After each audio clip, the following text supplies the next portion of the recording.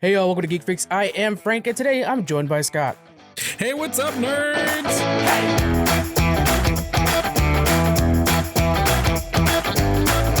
Today we're talking about a bunch of stuff. We're going to be talking about some World of Warcraft as we prep for a new expansion. We also have an interview with Titus Walker. He is the CEO and founder of the UEL, that is an esports league. But let's start this off with our question. Now, the internet's a little bit of a buzz right now because somebody shared a picture of Mark Hamill's autograph table from Fan Expo. And on the autograph table, it shows that for an 8x10 photo signed by him, it's $400. And then it goes up from there. $500 for a premium, $700 for what's called a bulky, which I'm not entirely sure what that is. That's been getting people a little excited. Like, why is it so much money? Have you ever paid for a signature before? No. Would you pay for a signature? No. I mean, yeah. Okay, like, if it was like, okay, $5, $10, $20, I mean, okay, sure. But I mean, that's a lot of money for a signature. I mean, I don't know. I'm in a strange place where like famous people don't matter to me that much. Right. Okay. So I know like when something happens, like maybe a celebrity, passes away, like people get genuinely upset. And I'm like, man, like, yeah, that sucks. But like, I didn't know that person. Right. So for me, like, why? No one matters enough to me to pay $400 for a signature. You know what I'm saying? Do you think there is something there with like having to create a scarcity so that his signature is worth having, maybe? Is there something like that? Or is it just like, hey, he's got to pay the bills? Yeah, I think he's just got to pay the bills. I mean, maybe the Disney money ran out. You know what I'm saying? I know. I mean, he's definitely getting residuals somehow. Yeah, Luke Skywalker. I don't know. Like, he's definitely got residuals from Star Wars. But yeah, I mean, like everybody's in the business to make money. That's the point. It seems like for me, the one time I did pay for signatures, my very first Star Trek convention, they had like different packages you can get, which had seating attached to it. So like really the value was also in the seating. But me and Jonathan both paid $150 each, and it gave you like an array of signatures you can get. Plus you could pay extra for certain people or to meet certain people. And you also sat closer depending on what package you picked up. So it was a lot more value than just the signature. But yeah, it was $150 each, and that granted us a ton of signatures. And I believe it was William Shatner of all people. That was like an extra $50 if you wanted, or $60. I remember that. It was $60 for Shatner. And I was like, I don't know. I ended up getting a signature anyways, just because not having to pay for it. But I was like, it's Shatner. I'm all right. I know enough grumpy old pen.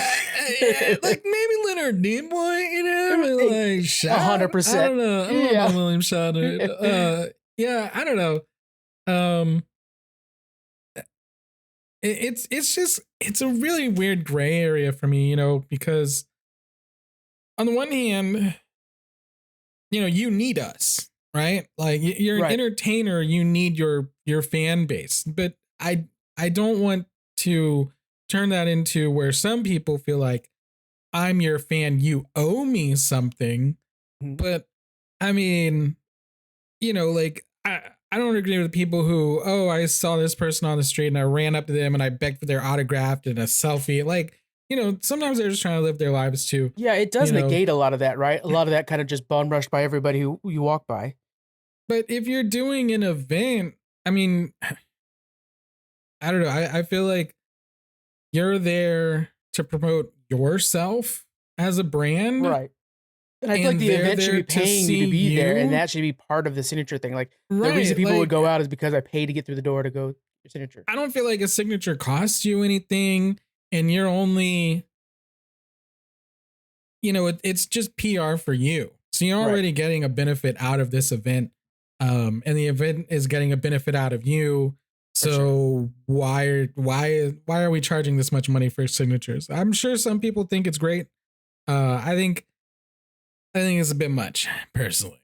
Matter of fact, at that Star Trek convention I'm talking about, I remember there's kind of the market area, like it's Artist Alley essentially, where you can like go buy cool memorabilia or whatever. And there were some people who would be there for signatures because there they could sell their stuff not attached to the event. So like they could sell it for like $20 a pop instead of being included in the $80 package or something. And so yeah, it is a commodity, but it is kind of weird. And I think for a lot of people who don't go to conventions at all were shocked that signatures are a value in their first place. I know myself, I can never imagine myself trying to sell my signature, so, but yeah, it is a value for some people. And I think it was just a shock in general. And then also the level, like $400. Like, I love you, Mark Hamill, but damn, man, that's a lot of Star Wars Blu-rays I could buy. So, a little tough. Yeah. And I guess, like, I mean, maybe, I don't know. Like, if you go to like a book signing, do they charge you to sign your book? A lot of times for book signings that I've been to, you have to buy a book there. I mean, that's fair. Like, okay, I have to buy a book, but like, how much is a book? Not $400. That's for damn sure. Okay. And actually, I've been to conventions where they don't sell the signature necessarily, but they do sell the pictures if you didn't bring a picture of that person to get signed. Right. And that's like that's like such a smart move, I think. Yeah. Yeah, no, I think that's fine, because you're at least sort of selling a product. Like, here's a picture, and then like you happen to also get a signature. Mm-hmm. Now if you're selling $400 signed pictures, then we're right in the same boat again. Yeah. But yeah, I mean, you're like, okay, you bought the book, you supported the author. The author is here to promote themselves, and you're here for a signature. Like, I think that's kind of a win-win for everybody. Whereas going to a convention and charging large amounts of money for a signature, I don't know, it feels almost like exploitive, It does. You're totally right. It does feel, yeah. It and feels I like it's a little Mark bit too Hamill much. too. Don't get me wrong. I like Mark. I was just in I won't say, we try to avoid politics, but I was in a certain Zoom meeting that he was in, and hearing him talk was so freaking cool. So, yeah, that was pretty amazing. Let's go ahead and dig into the news. It's going to start off with a reaction to that new Kraven the Hunter trailer. Now, after Madam Web, I've been burned too many times by Sony, so I'm like not really excited to jump in on the next thing they're going to do. Watching this, do you have any hopes for this? Are there any pros or cons you're thinking of? Like, I guess Kraven the Hunter, other than seeing the card in Marvel Snap, okay, that's about all I know about Kraven. Okay. Oh, perfect then. And the trailer is just a whole lot of talking about you're a hunter, or you're just like a hunter. You think you're better than a hunter, but you're still just a hunter. There was lots of talks about being a hunter, and then like action, but nothing about like a plot. Yeah, I think you figured out Sony's strategy. No plot. Yeah, maybe a very, very basic revenge plot. I kind of got the hint for, but that's about it. I don't know anything about this movie. As somebody who knows him, he's a hunter. Yeah, I know him from the comic books. I know him from the video games too. He's in that new Spider-Man 2 game and stuff. He's the quote unquote main bad. Spoiler alert, he's not. But so yeah, Kraven. He's got this kind of like lineage thing. He is a hunter. But his dad was a hunter before him. He's got children that are hunters, and the idea is that Spider-Man is the prey that he has. He wants to catch next. It's like one of the best preys to hunt. It's very like 60s comic book motives. But this movie is like trying to make him somehow a hero, and like he's a villain, and you can't really heroify that. You just make more villains, and we're rooting for the bad guys still. It's very convoluted. And the other really weird thing is Kraven's dope because he's just a dude who's really good at hunting and trapping and things like that. And now you guys gave him special abilities with like a lion scratch, which is very Spider-Bite-esque for a Spider-Man villain. So I think they're just bastardizing this character who could have been cool on his own right, but instead you guys are trying to fit a formula that nobody's asking for. We have too many superhero movies that are half-assed done. We don't need another one, If I were to get anything from the trailer about like plan or what they're trying to do here, it did seem very like anti-hero-ish. Like a Punisher or something. Although once again, who the enemy is, I have no idea. I don't know what we're hunting. We're hunters. We're hunting something, but I don't know what it is. And yeah, like I didn't really notice so much superpowers, but like very like it was almost Jason Bourne type, like what I'm saying, more than like a hunter. Maybe big game hunting isn't in vogue right now. But I felt like they're trying to create the next Wolverine. Ugh. It just felt like they're trying to make this guy the next Hugh Jackman Wolverine, and I don't know if it's gonna work out for him. No, yeah, you're not gonna be able to replicate the Wolverine vibe, but I think you're right. I think they're trying to find their version of Wolverine. It's hard because Sony owns the rights to all the Spider-Man stuff, so they're just going deep into the Spider-Man lore. They're trying to build a universe around that, and Madam Web really they delayed the hell out of this because of the reaction to Madam Web, and so which is fair because that thing was absolute poison to my eyes. I didn't even bother to watch it. Do not bother to watch. I mean, if you're gonna watch it, I suggest gummies or something like that to really just laugh your way through it. That's the only way that thing could be enjoyable. Those aren't legal in my state yet, so. Oh, that's a shame. You need to move to my state. Thanks, Virginia. But yeah, it is. That movie is straight up like a freaking Pepsi commercial. But yeah, I'm kind of done with Sony. So the trailer does look like they put more money into it. I think one of the bigger problems too is we see Rhino for the first time, and it just is like, I was like, okay, Rhino smashes a Jeep or whatever it was. I mean, that's kind of cool. It's a character we haven't seen before, but that was it. That was the end of that. Like, okay, Rhino exists. Do you think this Rhino's better than the James Gandolfini? Not James Gandolfini, that's Paul Giamatti version that we got in Spider-Man? Amazing Spider-Man? I don't know, I didn't watch it. So that one was like a robot suit that he put on, like a Gundam. But his Rhino. Yeah, I saw that at like the end of one of the movies. Maybe the first one or second one. But I didn't actually watch the movie he was in. Yeah, I don't know if you could make Rhino look super cool. I mean, like it's a dude with a Rhino suit on, really. Yeah, I'm not super like caught up on the Spider-Man movies myself. So. Oh my god, we need to go through a Spider-Man binge. Well, I did finally get Disney Plus. So I think they're on there now. Maybe they're not. I'm pretty sure. Yeah, they are wonky ones, but I'm pretty sure they're all on there now. All right, let's move on to our next thing here. We have, first off, for those of you guys who didn't know, we have a live action Masters of the Universe in progress. Camila Mendez from Riverdale, which I just started watching Riverdale. She's going to be playing Tila. Now, first off, you and me are both 80s kids. Well, we're 90s kids, but we were born in the 80s. Did you watch any He-Man back in the day? I remember it being on. I remember actually having... I think it was like a Skeletor castle is a toy. Yeah, everybody had it was that. one of the ones that it opened up, so there was like an inside and it would close and it would be like the castle, like a little gate. And you could have your figures, action figures go through. There were like little traps and things.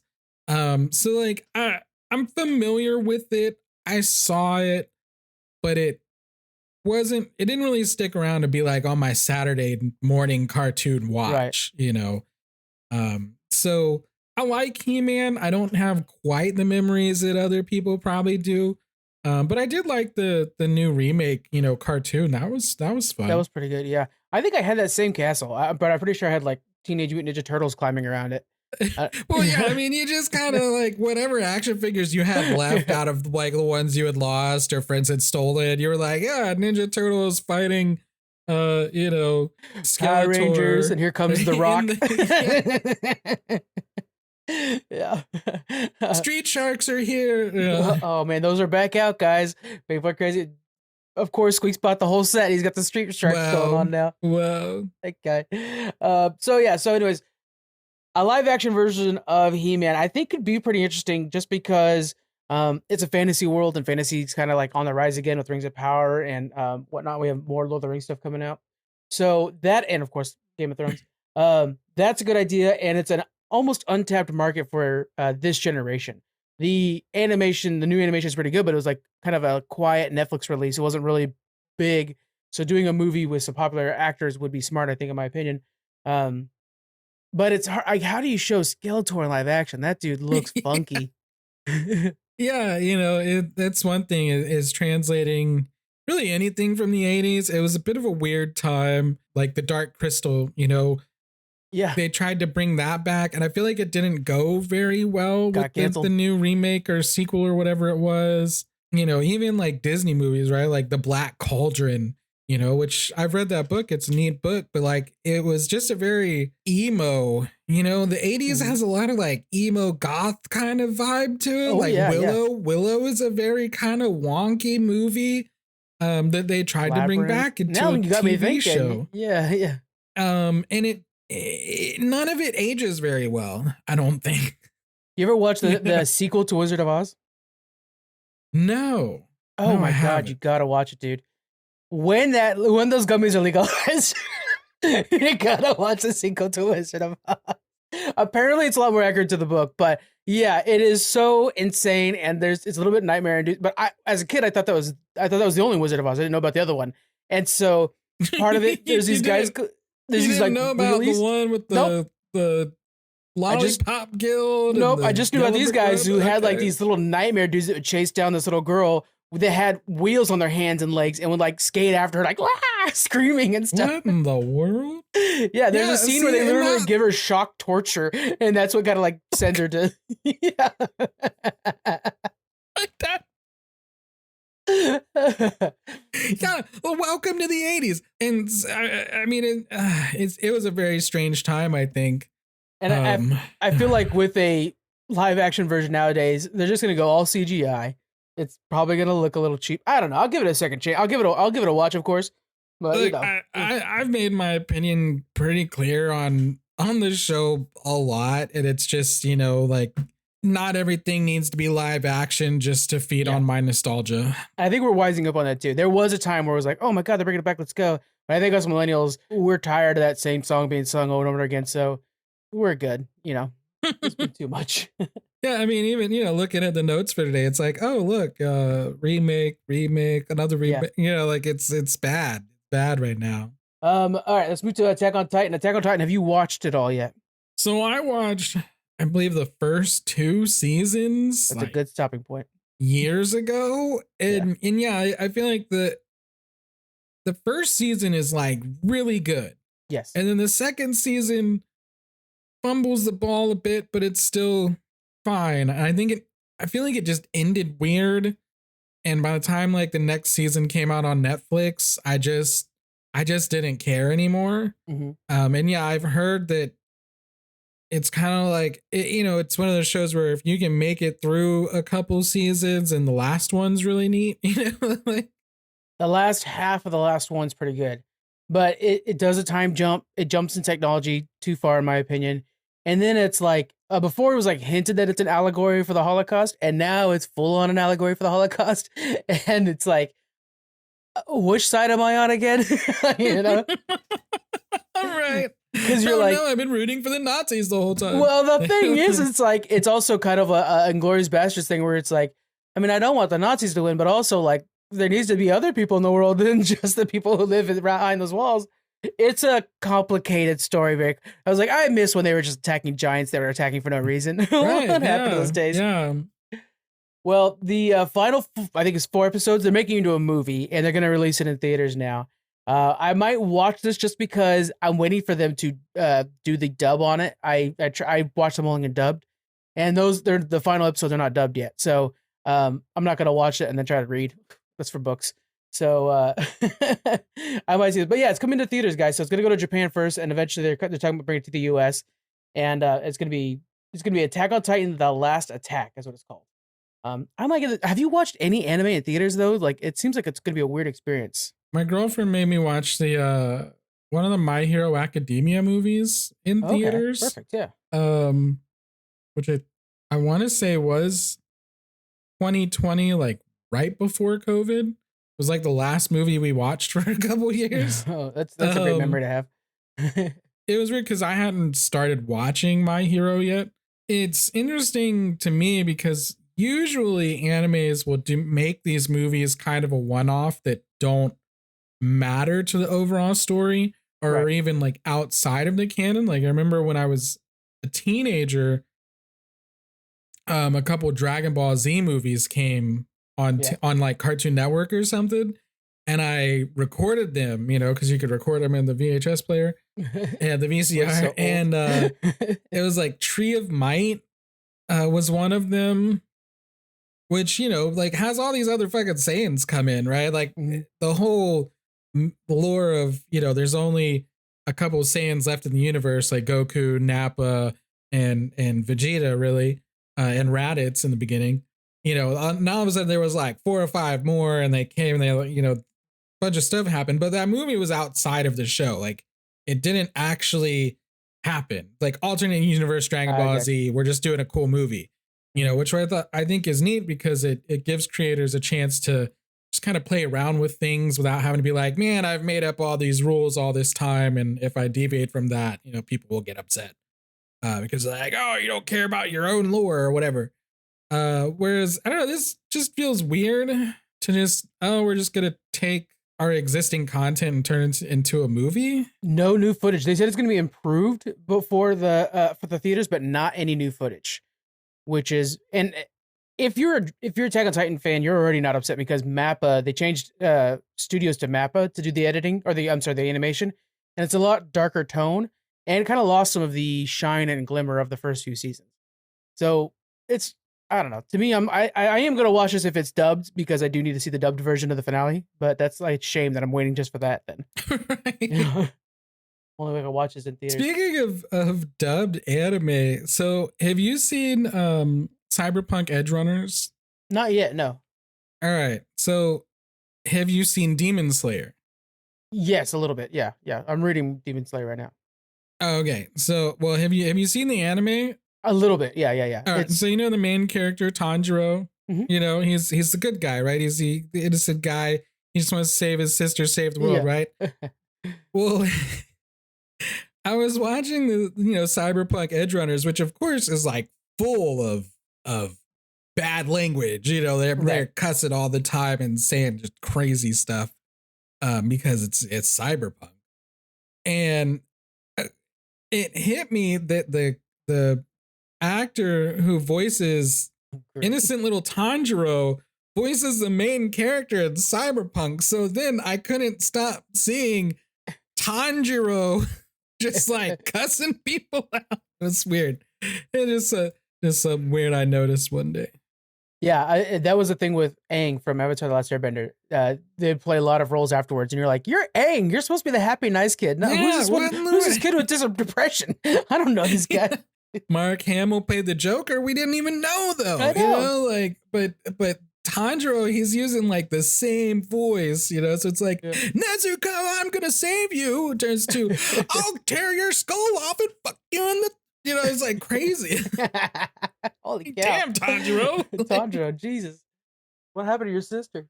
Actually, since we're talking about anime, let's jump this one in real quick. I had a chance to watch Rick and Morty, the anime.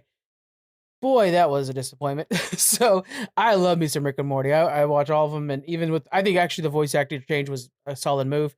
But they decided to do this anime thing, and it was like, oh, cool idea. It is so not landing. It's crazy. First off, it's just outright boring. Secondly, it's like they don't understand what makes Rick and Morty funny. Like the witty wordplay is not there at all. Any kind of wittiness is gone. The charm is gone. And it's kind of just this dry story of an alcoholic grandpa and his grandkids now. And it's like, wait a minute, I used to laugh at this. Now I'm depressed. I'm gonna watch that. So it's a rough one, but after I wrote the review, I was like, let me kind of see if I'm the only one thinking this, And that's been kind of the thing, is people are saying like it's clear that Rick and Morty doesn't translate well to other languages. And so when you have a Japanese studio making the show, they're not getting why we like it. And that's fine if they can find a way to like it in their way. Like, there wasn't a lot of big fights, but apparently there's going to be a lot of big anime style fights in this, which will be interesting to see with the technology that Rick possesses. But as for a Rick and Morty fan, I don't think you should go and watch this assuming it's going to be Rick and Morty. I gave it a 4 out of 10, and it takes a lot for me to go down that low. Because 5 means I at least watch it to the end, and 4 was like hard to do. So I don't think I'll be watching the rest of the season unless I hear something that like it surprisingly was good. It's worth skipping. If you do want to see it, it's on HBO or it's on Max. So that's the place to check it out. Yeah, Rick and Morty. It's never really interested me. Mm-hmm. It feels like a show that'd be right up your alley, actually. I don't know. I just watched it. I'm like, oh, this is weird. Yeah, that's fair. It's just weird. I don't. It's just never really grabbed me, and it's fine. Like, part of it may be also a lot of the like Rick and Morty community, I guess you would call them. Oh, that's true. kind of toxic. They're like, if you don't like it, it's because you're too dumb to like it, basically. And I'm like, well, I definitely don't want to watch it because you're just kind of a dick. If I'm included in your community by being a fan of this, show creates, like I'm enough of a dick on my own, So I probably haven't given it a fair shot just from people who watch it. Well, what's so funny is it's the same thing with It's Always Sunny in Philadelphia. The fandom is broken down into two groups, right? There's the fandom that understands that it's a satire. It's making fun of Rick, who's an alcoholic, sociopath. And there are the other group, the vocal one that's saying you're too dumb, is the ones that like, oh, I like Rick because he's cool. And I see myself as Rick. It's like, no, you shouldn't. Rick is the bad guy of the series. He's the protagonist, but he's also the bad guy. And the fact that he's destroying Morty and Morty's becoming more and more detached as well. And I mean, I have a Rick and Morty over my shoulder. I watched a lot of it right there. But, it's like people just don't get it. And the same thing with It's Always Sunny in Philadelphia. They're like, oh, I like these guys. I don't want to hang out with them. Like, you shouldn't. They're jackasses. But they're psychopaths. You're laughing at how over-the-top jackass they are. And the same thing with Rick. But yeah, I hope, give it a shot. But yeah, the fandom can definitely be dumb. It's one of those things where, you can't just be like, we're just going to throw it to a different studio in a different country and they're just going to do it. It's going to be great. So, I mean, I'm not surprised to hear that it's not doing too well. All right, well, let's move on to the firing of the X-Men creator, Beau DeMaio. Now, X-Men 97, in my opinion, one of the best things released this year. As a refresher, though, just days before the release of the first episode, Beau DeMaio, the show's showrunner, was fired for undisclosed reasons. And the secrecy behind it, both from Beau and from Disney, was odd. Like, they didn't even mention what it was for. He was just fired. So if the show was bad, it would have been like, oh, okay, and he probably would have been sorted. But the problem is the show was so good, they were like, hey, you got to bring this guy back to do more seasons of this. This is outstanding. Well, we're not going to, and we didn't know why. Well, finally, what happened is a quick little rundown of this week's events. Beau posted a screen grab from his Instagram saying that it was a drawing of him as Cyclops for Pride Month. And he posted this. He's like, oh, I posted this early June. And then 2 weeks later on is when Disney told me I would not be part of the second season in the credits. And backlash ensued, of course, because people were like, oh, no, that's terrible that Disney did that. They don't support Pride. Then Disney, of course, had to step up and like, correction, sir. No, the reason you were fired is because we did an internal investigation and found, quote, egregious activities that you were doing. And what we learned was, this is going to be a little upsetting to hear, guys, just a heads up on that, that he was sending nudes of himself to staffers saying, in quote, heroic poses as motivation of what this X-Men should look like. He was groping, and there was a very toxic work environment with abuse and stuff like that. So it was a bad environment. It was not because you posted something on Instagram. And he's clearly not going to be back for season 2 now. So we've been waiting to hear about this for a long time. If you were somebody on the X-Men staff, how do you ensure a continuation of that quality while also creating a safe work environment? What would you do in this situation? Because it seems like such a tough one. First half, let me say, so far, all we have are allegations. It's a real he said, she said. And, you can definitely look at both of these, what each side is saying. Obviously, we haven't seen evidence from their investigation, but we don't really have reason to disbelieve them. Personally, I would say, for one thing, they took him out of the credits. And I think that's big. That is probably the most legitimacy you could get, because if you just like take people out of the credits for not very good reasons, they're the Screen Actors Guild and there's a number of organizations that make sure people get, their credit in works. So yeah. I'm inclined to believe that Disney is probably telling the truth here. And also, it doesn't make sense that, they've been trying so hard to work on, diversity and inclusion to then be like, but we're gonna fire this guy for a Pride Month post. Especially with X-Men, which is like an allegory in a lot of ways for racism and pride. Yeah. Yeah. So that doesn't make a lot of sense. So that's just kind of where I'm at. Like I said, these are all allegations. The proof is not necessarily out to the public yet, but that's just, where I'm at. I'm more inclined to believe Disney here.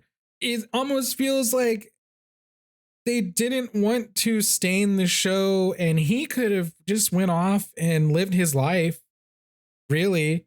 Yeah. Which maybe that's a good thing or a bad thing. Maybe he should have been called out. But that's one of the concerns I had is if he's a danger, why doesn't Disney let this go out so that he doesn't find a new job and do the same thing again to other people? Yeah, I don't know. It's a weird situation. You just got to work on your oversight. Your HR resources and making sure that people know that they can go to those resources and get a resolution. Which, I assume is what happened. So hopefully Disney's already on the right track of making sure that people feel safe and comfortable in their workplace so that they can keep making great content for us. Exactly. Yeah. And even with Bo's case, they tried to tell him to stop sending pictures and he didn't, stuff like that. So it was a repeat offense thing, according to them. Of course, that was a good point on the allegations. But it's just a shame because clearly he's very talented. And for him to not be able to separate those two parts of him, it's a shame for him. It's a shame for the creative process. But it's more important that those staffers, that the entire team feels safe. And so, but boy, it's a great series, guys, and I cannot wait to see what those people can cook up for season 2. Have you had a chance to watch it all the way through yet? This is gonna sound so What do bad. you do all day? What's what I want to know. Lately, I've been playing Marvel Snap. You could do two things. I started watching Lost. I don't know. I'm actually watching like 6 different shows. Yeah, yeah. I don't know. I'm finding it hard for things to keep me entertained. I go through bouts of that, Yeah. So again, guys, on our website we have articles to all the stuff that I do every day. Especially with the harder situations like this, I add a lot of sources. So there's a lot of sources on this whole Bow Mile thing and X-Men 97 controversy. So head over to our website if you guys want to get a little more deeply.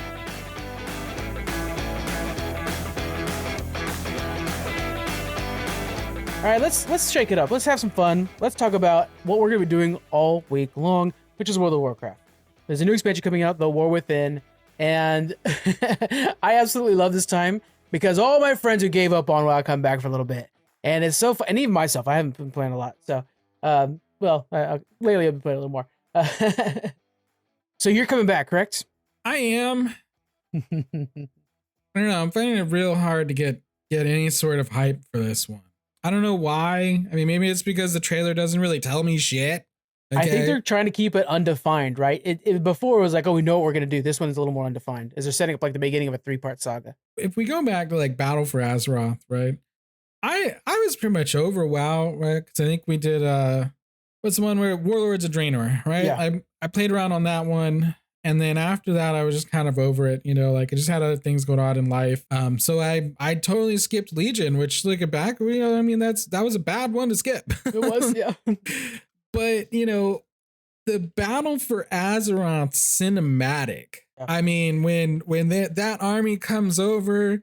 And even going back, because like Sourfang he's depressed and he doesn't think they're doing the right thing. And, I'm like, I'm with you, dude. I'm with you, buddy. Like, it's not, something doesn't feel right anymore. And, and so I mean, hype me up, dude. Give me something to hype for. Let me tell you why to be hyped. This expansion is the expansion that they're using. Well, they did a lot with Dragonflight as well. They learned from classic WoW. Funny to say that, right? To think they learned from themselves essentially. But yeah, they brought back medicine and stuff like that. And so what they learned from classic WoW that people had missed that was not there anymore was discovery, exploration, an open-ended game, doing what you want to do, not necessarily having like, oh, I have to hit this check mark by this certain time. Having fun with the game however you want to have fun with it. And if you remember in Dragonflight, there was this really surprising thing that they had. They said, hey, this is what you can do every week. And then once you're done, you can go play other video games. And that was so unheard of for World of Warcraft in the last 20 years of the game. And so to hear that was very revolutionary. And they kept their promise. In this one, that promise is still there. If you want to no-life it on a bunch of alts, feel free. They actually will help you. Your alts are useful this time. And you could do whatever you want. But if you don't want to, hey, Elden Ring's got a new expansion out. Check that out. That is pretty unique for World of Warcraft. So the thing that's great about this is they're trying to not spoon feed you too many details because they want you to go out there and discover the world itself. There's delves now. There's all kinds of different ways of exploring the world. The Mythic Plus thing isn't so much about like, oh, I got to be at this certain level, and then once I get to a certain level, I'm good. I can just keep repeating that level. No, you go to a variety of levels, and every level is difficult in its own way. Not necessarily just numbers are going up. So yes, it is a fine tuning based off of the classic way of playing WoW. I hope that's enough to kind of get you excited about it a little bit. Vanilla WoW didn't have a big bad, right? There just was no big bad going into the game. And really, you know, like your first is what, Molten Core, which is just like, okay, we're just gonna go kill some big fire elemental dude, you know, in a bunch of his guys. And then, you know, you get to like AQ, then the big bad and stuff ends up being the Naxxramas, you know, the undead invasion, which I think everyone can get on board with because, you know, if you'd play Warcraft 3, that was a big deal. And then after that, you know, Burning Crusade, it's like, oh, you know, there's Kael'thas and Illidan. Those are the big bads. And then like Arthas is the big bad. So like there always is a big bad. You know, yeah, maybe it'll be different. Maybe you'll just be playing the game for the sake of playing the game.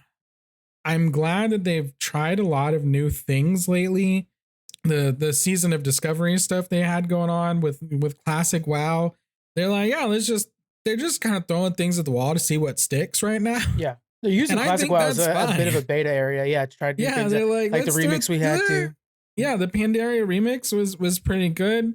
I leveled 2 characters, you know, to 70 on that. Yeah, and I was playing a survival hunter, which Taff made fun of me for. Yeah. But you know what? It's kind of cool. You know, you like throw this harpoon out and like pull yourself to the enemy, then you smack them and you shoot them with bombs. It's crazy. It's kind of neat. I was really enjoying survival hunter. Oh my God. If you become a survival hunter main, that would blow my freaking mind. So the idea with this expansion is that, you know, many of the people throughout Azeroth are now hearing, because after the last events, everything's kind of at peace, right? We got the dragon things back to their island. We're good. Classic. Xel'Tath has been out and about doing things. She is the quote like main big bad guy, but she's kind of like empowering other people, not necessarily like come and get me. So she's very much the Loki, right? So we're going down into the depths of Azeroth because they're hearing whispers and they're coming from down there, and we're trying to just explore like what's these whispers going on, what does this mean? And so again, very much exploration. Then we're going to find out that there is a complete culture that we forgot, like that was lost to time, the Arathis. And we're going to see that they were down there and they were interbreeding. So we have half human, half elves down there now, which this is the first time in Azeroth we've seen that playable. And not playable. There's definitely some incest going on down there. It's not a big gene pool. I will throw that out there. You're 100% right. Yeah. So the Arathis that's like Arathi Basin, Arathi Highlands people. Okay, yeah. Because I remember like Warcraft missions there. So it'll probably be interesting to see how the High Elves have survived in this underground area because you know, they don't have a Sunwell, I assume. Maybe they don't have a Sunwell. You're right. But they've been interbreeding with humans, so there's a little bit of that. And also there's this big jewel that they've been kind of near that's imitating the sun night cycle for them. So for us as players, we'll have us a night cycle because we're all underground, of course, the entire time. Right. But the idea is that they also have had this thing. And it does seem to be like some sort of worship or something to do with it. But because this is like a crusading party that went down there many, many years ago and have now created a new society down there that is Arathi and is very much still at war with the Arubian and stuff like that. So there's some old school WoW stuff with Arubians and like I was saying with Arathis and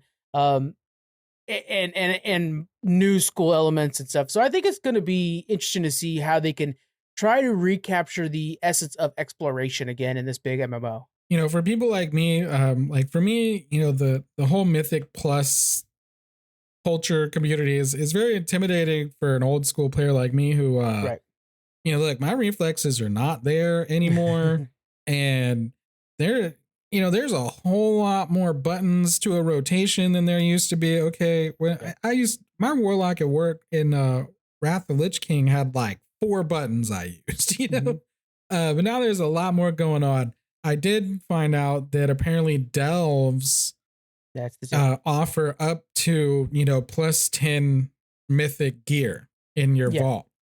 So seems like they are trying to find more and more ways for people to get gear, to be involved, to have fun without it being like, if you want to get gear, you have to raid, or if you want to get gear, you have to do mythic pluses. Like it seems like they really, really are trying to give players more freedom to play the parts of the game that they like, without being forced to play the parts that they don't. Delves is definitely, it's interesting, right? Because they're adding a single player mode essentially to World of Warcraft, an MMO, multiplayer. Yeah, which as a Warlock main is perfect. That's why I picked Warlock in the first Beastmaster Hunter, man. I'm in the same exact boat. We walk with our tanks. Yeah, I know exactly what you mean right there. Like Delves, I'm like, oh, you guys gave us a Hunter mode. Gotcha. Same thing with you. So it'll be really good for us. And one of the things too is there are so many times when I'm into WoW, but like, I play at different times than you guys or something like that sometimes. And I'll be on, you can't get into a group because, boy, DPS are a dime a dozen. The wrong patch will make you all of a sudden so weak that, quote unquote, weak that nobody wants you. So it'd be nice to be able to just like, let me go into a delve, do my own thing. I know I can kick butt in there and push yourself in your own way. So it's odd that this 20-year-old big mass multiplayer game is putting in a single player mode, but yet it feels like something that I can really grasp onto, and I think I'm going to actually enjoy. That's a place for ults too, like, by the way, where you don't have to master your ults, but if you push in there, you will eventually master your ults. And like, if I might want to try healing out or something like that, that could be a place where I can learn how to heal. Try healing. Suck at healing. That's like, I can tank, I can DPS. I'm bad at healing, so I can practice in there. I mean, I'm trying to figure out like what's the easiest healer to play. Like maybe a druid. Just run around throwing dots. I healed our third team in Wrath as a druid, but that was just rejuvenate on everybody. Back in Wrath days, of course, that's a whole different game. But yeah, we're gonna be playing a lot of World of Warcraft War Within. We do this every time an expansion comes out every about a year and a half. What that means is there's not gonna be a Geek Freaks next week, but we are gonna be in Discord all week long. So if you guys want to hop in Discord, hang out with us, we're there, bullshitting away. I know that it's odd hours a lot of times for a lot of you guys to hop into Discord with us, but we'll be there. We're going to head over to our interview now. This is going to be with Titus Walker, the CEO and founder of the UEL. Titus Walker of the Ultimate Endgamers League. How you doing, Titus? I'm pretty good. How are you? Thanks so much for having me. Absolutely. The UEL, can you kind of explain what that is for us? Sure. It's the short version it's the UFC of gaming. So it's combining all competitive genres of gaming, fighting games, sports games, shooting games, racing games, and strategy games, and then creating a single competition where your goal is to be the best gamer as a whole, period. So you're going to compete across all genres to see who's the better gamer as a whole. Why make it to where they're competing against all genres? Did you feel like that was a hole that was missing in a lot of other avenues? Yeah, I think that trying to be inclusive of every type of gamer was important to me. I'm the type of person I really enjoy playing lots of different games, and we actually found in our research that when we were creating it, the average gamer plays 24 games a year. So keeping it to just a single game felt like cutting somebody out. Yeah. And I grew up in a big family, and that was a big no-no. So so trying to keep everybody included and make sure there was something for everybody was important to me. When your players are training for this, do you feel like there's a certain genre they have to train a little bit harder for? That's a great question. I honestly believe that they're all pretty equal. I think strategy games are normally tough for people that don't normally think in a strategy way. So it's like the hardest genre to learn if your brain doesn't operate that way, because you really got to shift the way your mind thinks. But shooting games are probably the most difficult from a mechanical standpoint. Yeah. So I think between those two is normally where the competition lies. Yeah, that's amazing. Yeah, myself, I think I could handle the strategy stuff. But when I'm playing with my nephew or whatever, those kids are so fast on that Fortnite, I can't build the buildings fast enough. Yeah, exactly. Okay, so you founded this thing. What inspired you to found UEL? Was it because you wanted to see a diversity in genres? Yeah. So when I got into it, I came from a real estate background. So Mhm. coming into gaming, I immediately noticed that the game, like every community was kind of created based on a single game. And that always becomes an issue because if that game doesn't succeed or it does and then, fails later on, you end up in a situation where now you lose your community because of it. And so what I tried to do is build something that I could keep ownership of and that I could keep the rights to. And so in order to do that, I had to have kind of this holistic gamer approach. Mhm. And the community seemed to really latch onto it and love it. And, so we started to really build something and see something there. And, the rest is kind of history. You started out with a family-owned gaming lounge. Mhm. How do you expand beyond that into increasing your community size? Yeah. So when we started the gaming lounge, it was strictly business, like, a certain amount of hours used that creates this much money and blah, blah, blah. But coming from real estate, I always knew you have to position yourself correctly. And you always have to think about who your competition is. And the competition in this case was always, their basement or their man cave or whatever. Yeah. And I know I couldn't really compete with that without creating something that really, really drew people in. And so I tried to create a competition that was fun, but that also was just so different and so new and so entertaining that they kind of felt like they had to leave that basement because they couldn't get that anywhere else. That's interesting. Yeah. So the UEO was kind of first almost a way to push the gaming lounge, and then it grew into its own beast. Yeah, yeah, yeah. It really was. It was like to get people into the door and get them playing video games and paying hourly, and very quickly it kind of shifted and became the opposite direction where it was Yeah. like, yeah, forget the gaming lounge, we're doing this UEL thing. It moves fast like that, especially in the gaming Yeah, world. yeah. Um, Now, you try to foster culture and collaboration. You guys got to check out the website. There'll be links in the description. How do you try to do that? What are some of the steps you take? Yeah, so we try and take an approach of like finding a game because it's truly like cool. It's Yeah. truly interesting.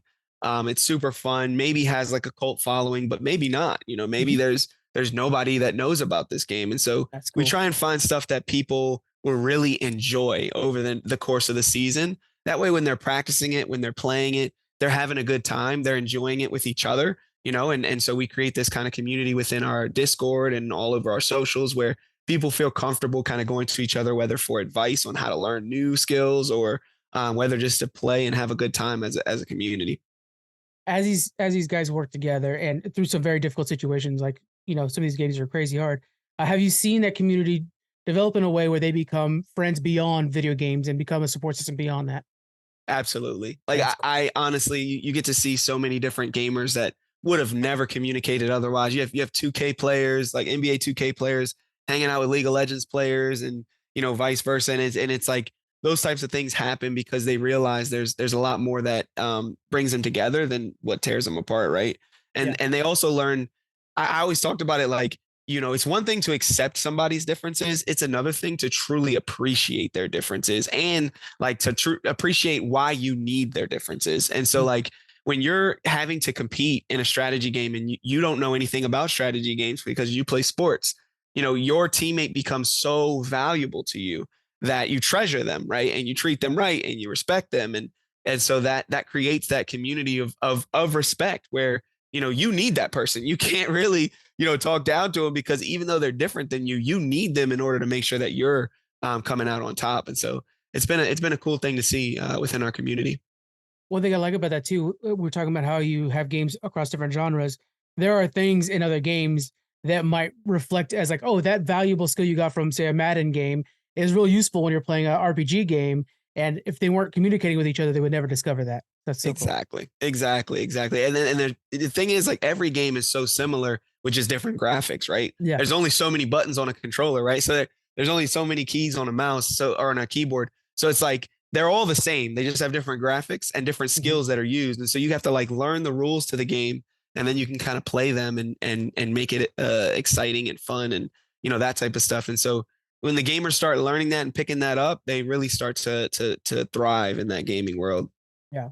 Now you guys have 33 games you offer. Is there what is the selection process for that? What are you looking for? A couple things. So, a lot of times we're looking for a lot of fun. Like, Yeah. and for me especially, like if the game is really, really fun, then I'll implement it in and find a competitive way to play that game. But Otherwise, it's like we don't really care for graphics. Like that's cool. It can or cannot have graphics like that. That's not important. It comes down to like fun, playability. You know, is there a lot of glitches and are those glitches fixable? Oh yeah. Those types of things. Otherwise, like we'll kind of play anything, man. We've played card games all the way down to like sports and simulating races and non-simulating races, and so we'll kind of do it all. Just is it fun? Is there a game that your players have demanded, we'll say, and then you brought into the system? There's been a couple games they said absolutely will never work. That was like League of Legends was one of them, and that ended up working. Yu-Gi-Oh was another. Games that they demanded. Oh, this season it was like Blaze Blue, Central Fiction. Has really since season 1, everybody's been requesting that game, so we finally put it in this season. There was another one that was requested heavily, and I cannot remember. Can't remember what it was, but I've had. Do not blame you for the 33 games. I'm surprised you remember what you do have. Yeah. We changed. So we change the games every 6 months too. So so it's like you're doing 66 different games a year. And yeah, so keeping up with them. But there's so many games this season that we're so excited about. Die by the Blade is one of them. Midnight Ghost Hunt is oh my god, it's so fun. That game is just amazingly fun. Jack Did is another one. Final Stand Ragnarok is another one. It's kind of like MMORPG style. Checkmate Showdown. Yeah, there's just so many that are just like really good. So yeah. So obviously esports has been growing over the years, and I think especially since the pandemic, it's really found a new life. We're starting to see we're going to be in 2025. It's coming to Saudi Arabia for its first like real big Olympic event. What kind of benefits do you see that belongs in esports that will translate to the mainstream audience once they start watching it in the Olympics? I think most of it still won't translate. I think that esports has historically always focused so heavily on the game, and there isn't any sport that's been successful in doing that. Like period. Like if you could tell me a sport that's successful in doing that, I would bow, but not a single one. They always have a face or a player that makes the sport, right? There's always some superstar or some like somebody that just kind of goes outside of the game. You had Larry Bird and Magic Johnson that kind of changed that landscape. There was others that tried before it, but once the focus shifted from the game to people, that was when it really took over.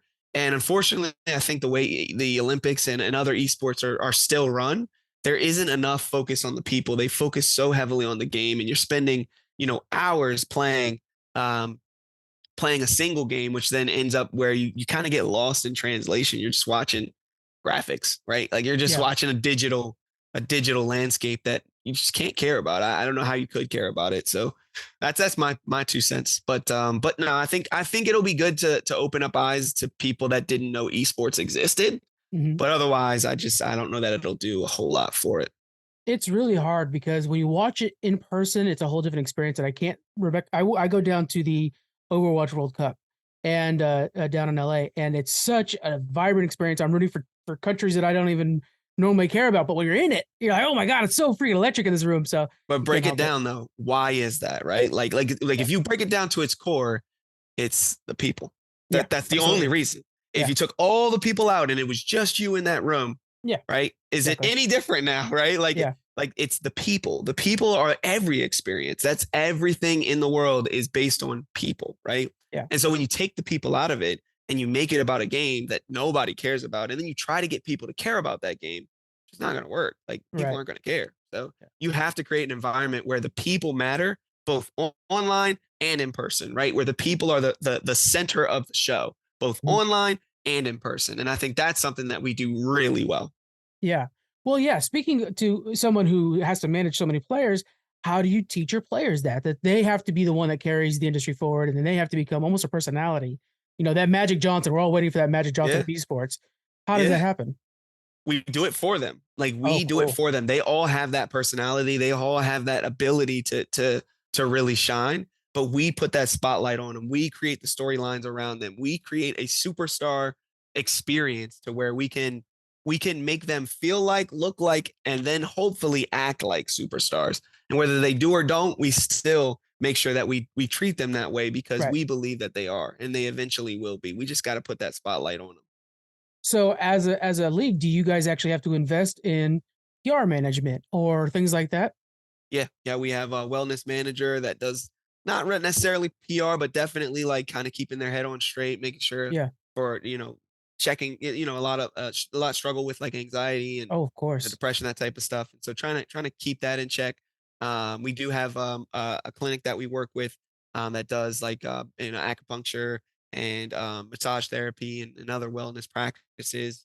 And so we do our best to kind of stay on top of those things, and then we do our best to kind of help them manage their PR stuff. We do training around it, but at the end of the day, it still kind of is the Wild Wild West right now. It is, yeah, but you're paving the way to like this is what a standardized version is going to look like, and that's what we need Exactly. for the mainstream audience to start kind of grasping onto it, is seeing these personalities and stuff. Exactly. Again, also with being embraced by the mainstream audience, you need to have some sort of standardized game. Do you think we're going to eventually get to that point where we're like everybody agrees that Gran Turismo is the racing game to choose? No, never. So how do you do that? How do you find a game that's going to work? You have to think about it like this. Like, at what point are we going to decide which movie runs the movie industry, right? Like, at what point are we going to decide which song is the song that everybody has to listen to? It's art. Like, it's never going to happen. It's Right. literally art. It's created, people enjoy it, and then they get rid of it, right? Like, that's just how it works. You'll always have the nostalgia, and that's cool. But it's art. So you have to treat it like that, right? There's something about basketball that is also art, but the sport and the organization of basketball is what kind of creates this sport, if you will, right? You have to take it outside of the game and make a sport around gaming. Gaming's not going anywhere. Gaming will stay here forever, whenever, right? And so if the sport's around gaming, then as the games evolve, you can insert game, replace game with another game, and just continue that forever, right? The sport is gaming.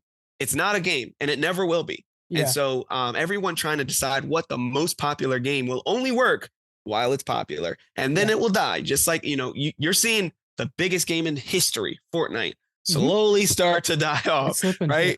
And it has been for a long time. And so, and there's billions of dollars being put into it and tons of creators being put into it, and they're creating this metaverse, and that's all great. But it still gets boring, right? And it doesn't matter what you do. It's still going to get boring. You have to slowly start to reinvent. And so, will that ever happen? I don't believe so. I'm not in that camp. I think that at the end of the day, we have to create a sport around gaming and gamers. And that's it. It will never be about a game. Well, that goes back to what you're saying. And it's such a great point. What you're saying is it has to be the person. And so I want to see, Steve take on Minecraft. I want to see Steve take on any game. And that's what it's focused on. And that's good. That's a really good point that I never thought about before. And the fact that you guys have, again, that 33 game stable that people could choose from, it's again, you're following the person, not necessarily the game. That's amazing. Yeah. And it shifts. So every season we do new games. So it's a new 33 every season. And you never know what's coming. We don't tell you until the day of. We just had the release last week. And you're playing all 33 games in a single match. So each game is only taking like 5 to 10 minutes, if that. So you're literally going through from game to game to game to game to game. And at the end, whoever has the most points wins. So it's really about the person and how good they are at adapting and how good they are at shifting and what skills they have. It is not about the game, and it never will be. So last season, season 8, you guys had that $100,000 cash prize. How has that elevated the competitive nature of your players? Man, so we jumped from 40,000 to 100,000. That changed a lot. It brought in a lot of new competition and a lot of new competitors. It's a lot more people taking it seriously, knowing that it had potential, right? I think that was a big shift for us is when people started to see the potential. And so it made it a little easier when we had $200,000 tournaments, and then now we're at $1 million. So when we jumped to $1 million, that again, new competition, a lot more eyeballs, a lot more people trying to kind of get that throne. And so it just elevates everything. It elevates the player most importantly. And that's really what we're going for. That's and that's one thing too people don't understand is that these players, they have to practice constantly. It's just such a big part of their life, and that prize at the end it's not just like a nice bonus. It becomes their job. That's why sponsors and again being your own person is really important and like that. Amazing. Now we do things a little different, to be clear though, because our $1 million, that's like a salary cap for the team. So essentially we pay it out win or lose to the players. So the players amazing. are literally salaried. They make up to $100,000 a year, anywhere from $20,000 to $100,000 a year Yeah. playing video games. So it's it is very different. They are professionals and they get paid as professionals. Professionals are not only paid if they win. They're professionals, so they get paid, period, right? So Right. we're not in a tournament mode. We're an actual league, right? Like we're not doing tournaments. We're doing an actual league. You get paid, win or lose. You make it to the playoffs, you get bonuses. You win the championship, you get a bonus, but you get paid no matter what. And going right back to that mainstream thing, that's how you make it more and more legitimate every day. That is a really smart move that actually should be echoed by everybody. That's a really cool move. Yeah. So going to again back to how you started out as a gaming lounge and now you're Nova's #1 Black-owned esports league. How are you trying to promote inclusion on that? Because it's such a cool thing to be able to share with the world and stuff like that. How are you spreading that? Yeah, we're the #1 league in the U.S. now, to be clear, but so we should probably get that updated. But we don't even have to try to promote inclusion because we include so many different games. We get so many different types of people. At the end of the day, like gamers are all of us. It's 2 out of 3 households in the U.S. We're all gamers, right? And so trying to include the games is what keeps us inclusive. It's what keeps us cool. It's what keeps us relevant. It's finding games that people will enjoy. And then that creates this, like you find this niche game that has this small community that's kind of been ostracized and never would have thought they would have had an esport in it. And they got, 10,000 fans or whatever, and now those 10,000 fans have a place to go. And that becomes something special, right? And we do that over and over and over every season, bringing in new communities and hopefully creating, giving them another community that they can latch onto and become a part of. On the other side of that business too, you have video game developers like I'm thinking of Among Us, who out of nowhere it was out for a couple years or whatever, and then blew up. You have video game companies that are like, "Hey, can you check out our game or whatever?" And it's a good situation where everybody grows. That is 95% of our business model. So our revenue, 95% of it comes from the developers. There you go. They pay to join the league. Yeah, and then that money goes to actually funding players so that that's a wonderful business. Players are literally paid to play the games. That is they pay us, we pay the players. I'm about to find a game that I'm good at here in a second. You join our Discord. We just released the list for season 9. So, and there's some good games. Oh, I gotta see. Oh man. Over on the UEL, you guys have grown to 400 members. What's the next level of expansion you're trying to achieve? Sure. Yeah. So we actually have we have 206 players under contract. We have 2,000 gamers within our ecosystem. Wow. 200,000 on our email list. Our next goal, just take over gaming. So we're currently in a fundraise. Should close it in September.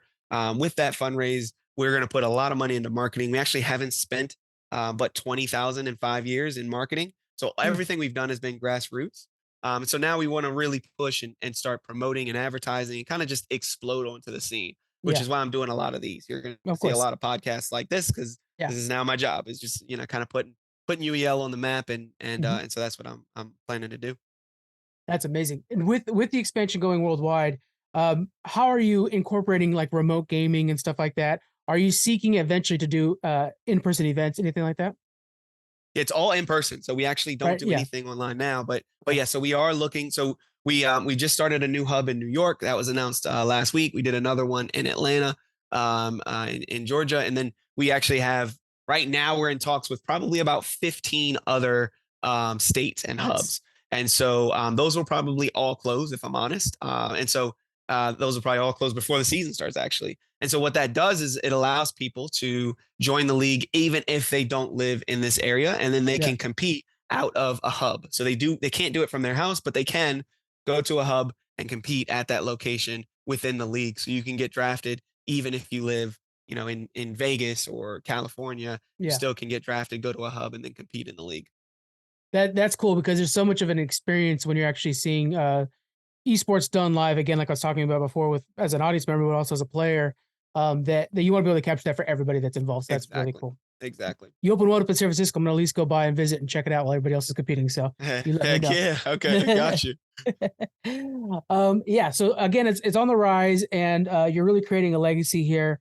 Where could people follow you guys? Like, where are they watching? Can they watch these live streams? How can they participate in your community? I know, obviously, Discord for sure.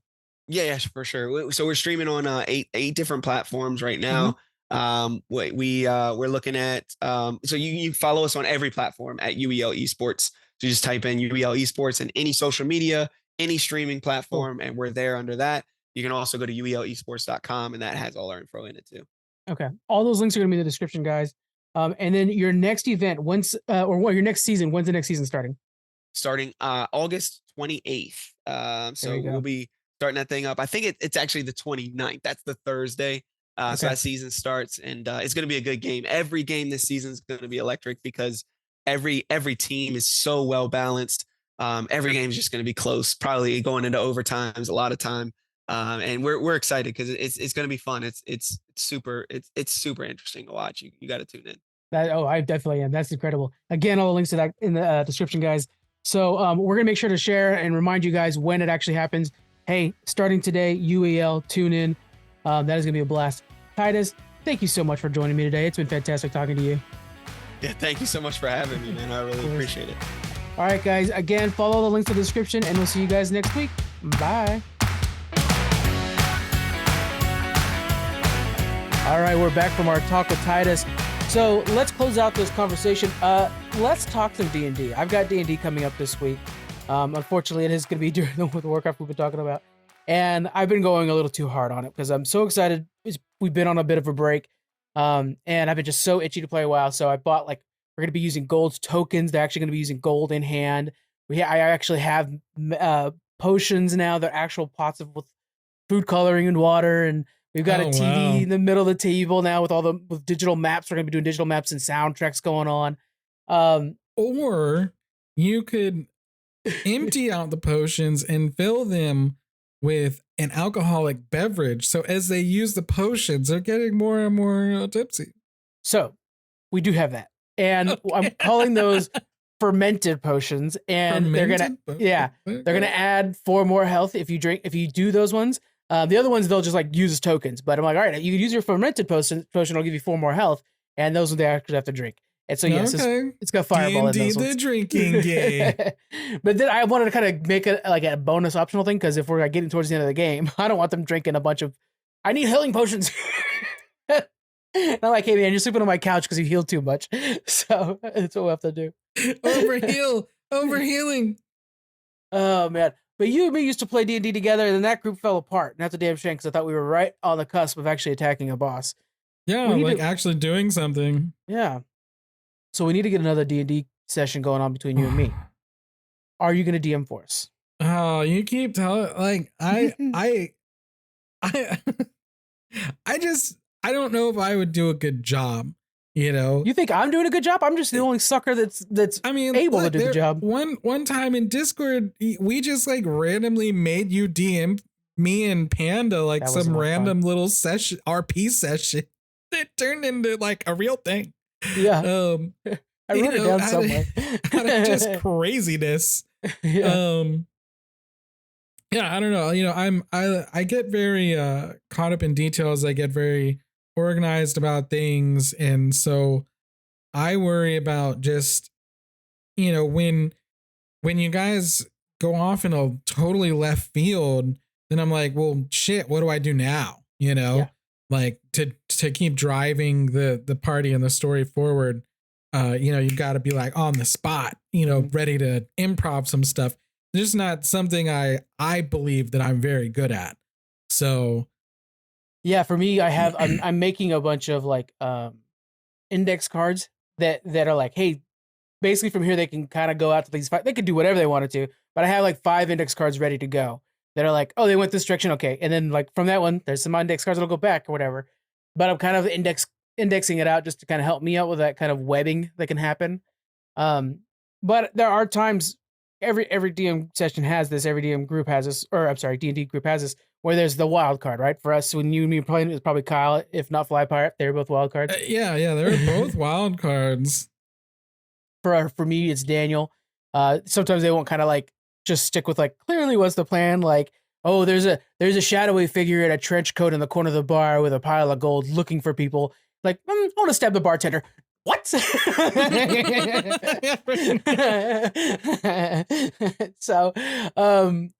I don't mind. Right now, my mind is fully focused on this session of D&D, but I would I don't mind DMing like one that you and me are in, with the understanding that like, hey, yeah, guys, I would consider myself still new at this, so kind of let's not be mean to me. I would like to play D&D though at some point. I don't know, who else do you think we could get in on a D&D session? On a regular one. Oh boy. I mean, it's hard. Like, scheduling's the you know, worst just freaking because thing. everybody's so busy with that, just everything. It's hard to find, you know, you're finding it hard to find a time with people you live around, you know, Yeah, I know. to just show up in person. Yeah, I don't know. We'd have to really look. I mean, I'm sure Kyle would be down. Yeah. But you know, yeah, he's busy too. It's amazing how over the whatever long we've been in Discord hanging out and stuff like that, life has gotten so much busy. Like everybody's got kids now, they got wives, they've got long-term girlfriends, and it's like, damn, man, what happened to us being able to play video games until 4:00 in the morning and then like getting 2 hours of sleep and going to work? You know, I miss those days. I mean, I've never been good at the getting 2 hours of sleep and go to work. I did very routinely sleep 4 to 5 hours and go to work. Yeah. You know, Fair enough. But now, yeah, I mean, especially, you know me, I used to be up super late at night. I mean, late for me until like 5, 6 in the morning, only like 2 or 3 for you. But, you know, sometimes I'd still be up when you guys were going to bed. But now, you know, now I'm working and I have to be there at 7 o'clock in the morning. So I wake up at, 5:45. So around 9:30, I'm like, all right, it's starting to get towards bedtime. Dude, the amount of times I'm in bed like by 10 and I'm just like, what is wrong with me? Why am I so excited to be in bed right now watching TV? Who is this guy? He sucks. But yeah. So we do need to find a group. So if you guys, if you're already in our Discord, I don't want to necessarily open this up too far, but we are looking for a couple people. Maybe we could add a couple people to this and get a session going again. Would you want to make a new character, or would you want to try to use our old characters? I have a barbarian that I had on the side, in case my paladin died, that I was ready to come in with, who was going to be like a bit of an anti-hero who would pretty much work for anyone for food. Like, just neutral all the way through. Yeah, it's like me hungry. Oh, you have food? All right. I'll kill people for you. three like intelligence. Yeah, like doesn't give a shit. Will kill for food kind of thing. Yeah. Which I was totally, which was actually inspired by our little random RP with Panda when I was playing like the caveman. Yeah. That was fun, actually. Wow, that was so damn random. Damn. Yeah, and it was just like, okay, and it was like the Hunger Games in space. All this, that was what we were doing. It was weird. Yeah. It was a good time though. All right, guys. So let us know if you guys have any ideas on D&D and how we can get that more incorporated. Yeah, especially now that Roll20 is involved in Discord. Like that's a big thing that they added this last week. So when I saw that, I was like, this is gonna happen now. Now that we could actually do it in Discord and actually manage it in Discord, we are gonna make this happen in one way or another. If Scott needs to DM us, then so be it. All right. Oh my god. All right, but you know what? If you ever finally convince me to DM, you can't be mad when you all die the first day. I don't. I'm man. Because I mean, I won't have any idea about balance or anything. So either you guys are gonna walk in and kick everybody in the face and they die, or you're gonna walk in and get one shot. I don't know. Yeah. We're gonna find out. Find out. All right, let's jump into some real quick. Let's just end some network news. Who's Got Next Game podcast. Next week is their next episode. Challenge Accepted is doing Logan, and then after that we're doing Fairly Odd Parents over there, which is a lot of fun to go back to that one. I know. We are 1 month out from the next season 11 of Outlast podcast. Make sure you guys subscribe now so you don't miss an episode of that. That first episode is going to be September 13th. And we, again, are taking a week off on Geek Freaks. So we will be in Discord if you guys want to hang out. But other than that, and also Headlines is going to be on a semi-break, probably every other day instead of every day. So check that out. Also, for Patreon, there is a brand new side quest in there going over the history of Geek Freaks to celebrate 500 episodes of Geek Freaks. So All right, guys, that's basically it for everything from us. 500 episodes. I know. Woo! When that's like, okay, 500 episodes times an hour. Holy shit, 500 hours of Frank talking? That's a waste of everything. Why? That's not good. It's good time. You know what? Everyone should just start logging an hour a day of Geek. You'll be caught up in no time. Those first few episodes are pretty unbearable with that. When we all circled around one microphone because we didn't know how to do it well. You know, I mean, it is what it is. You gotta learn. Everybody's got to start somewhere, right? Oh, man. Yeah. All right, guys. Thank you so much for hanging out with us this week. And we'll see you guys in 2 weeks. All right. Bye. All right, bye.